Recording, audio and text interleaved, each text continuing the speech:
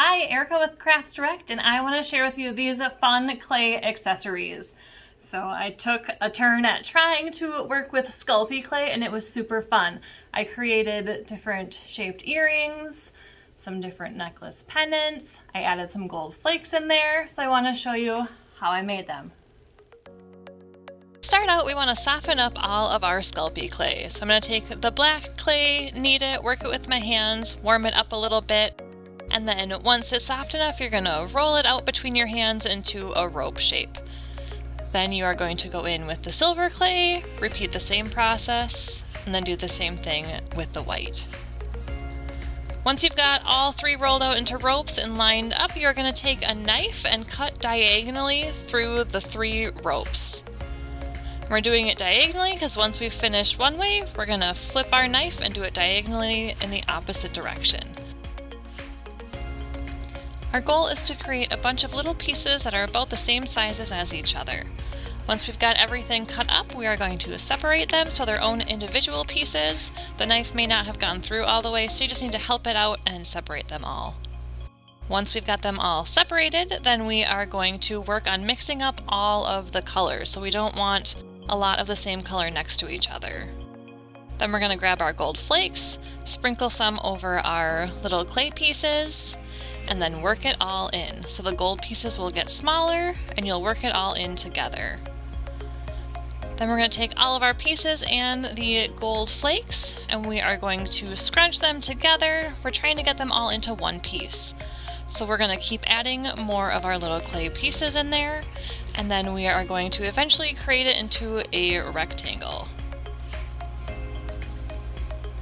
Once our rectangle is ready and squished together, we will take our knife again and cut about 1/4 inch size slices.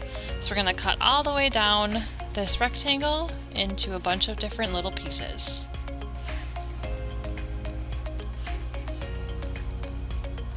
Once we've got all of our pieces cut, we are going to start arranging them. So as I'm arranging them, I'm trying to get the lighter pieces next to the darker pieces so it all blends nicely together. You want it in a rectangle shape, and then you'll want to take a rolling pin out and roll it all together so it becomes one uniform piece. I did end up flipping mine over. I wanted to see the design on the back. I ended up liking that better, so I left it on that side, rolled it a little bit more. Now it's time to take our cutters and cut out our jewelry pieces.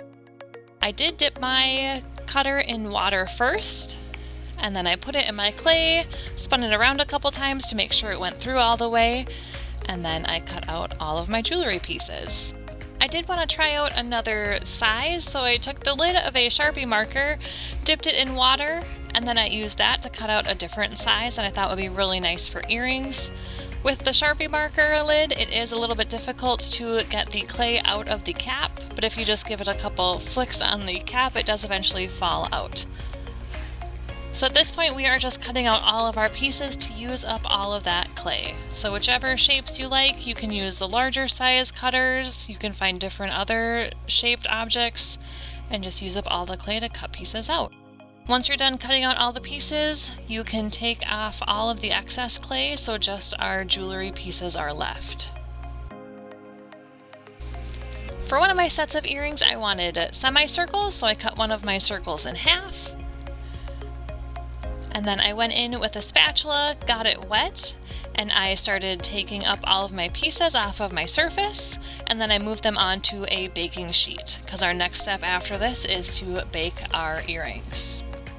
If I noticed anything had an irregular shape or a sharp corner, I fixed it at this point, and sometimes it helped to apply water when I was doing that. Then I took it to the oven, preheated my oven to 275 degrees Fahrenheit, and baked it for 15 minutes as it said on the directions of my Sculpey clay. Once we removed it from the oven, the last thing we had to do was to adhere our clay pieces onto our jewelry findings. I took my earring posts and I put them into a cardboard surface just so that everything would stay flat. And then I adhered E6000 to the earring post. I also adhered some to the back of the clay earring, and I put them together. You'll repeat this process until all of your earring posts are used up, or at least as many as you wanted to create. I set these aside to dry, and then I moved on to making my clay pendants.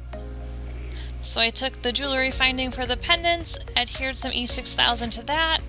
I flipped over the clay that I was using, put some E6000 on there, and then I stuck the two together. Then you just have to wait for them to dry before you get to enjoy wearing them. Thanks for joining me as I made these fun projects. You can find all the supplies at craftsdirect.com and jump over to our projects page.